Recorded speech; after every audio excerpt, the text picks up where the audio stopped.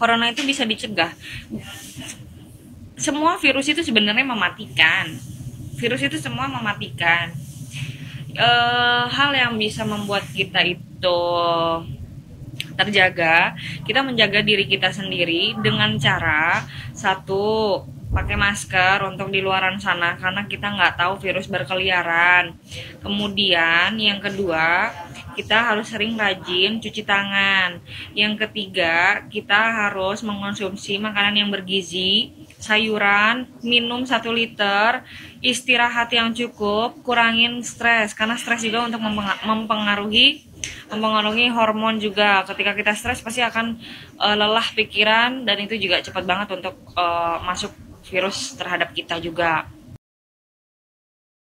Infeksi virus corona ini bisa menyebabkan penderitanya mengalami hanya flu doang, karena flu ini adalah gejala awal atau demam. Terus kemudian hidung berair dan meler.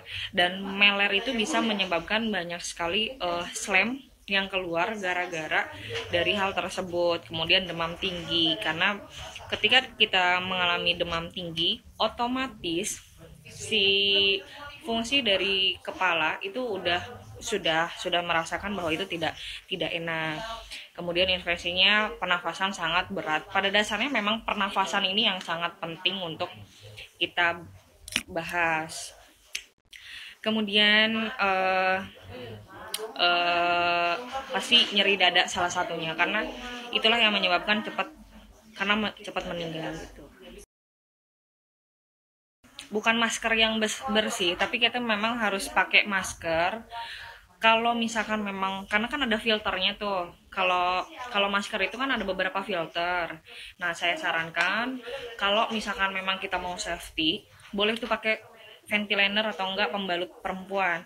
Kalau di Cina itu udah pakai popok bayi. Sebenarnya itu bersih, nggak jorok. Benar nggak sih virus corona bisa bertahan di iklim Indonesia karena suhu Indo di atas 20 derajat?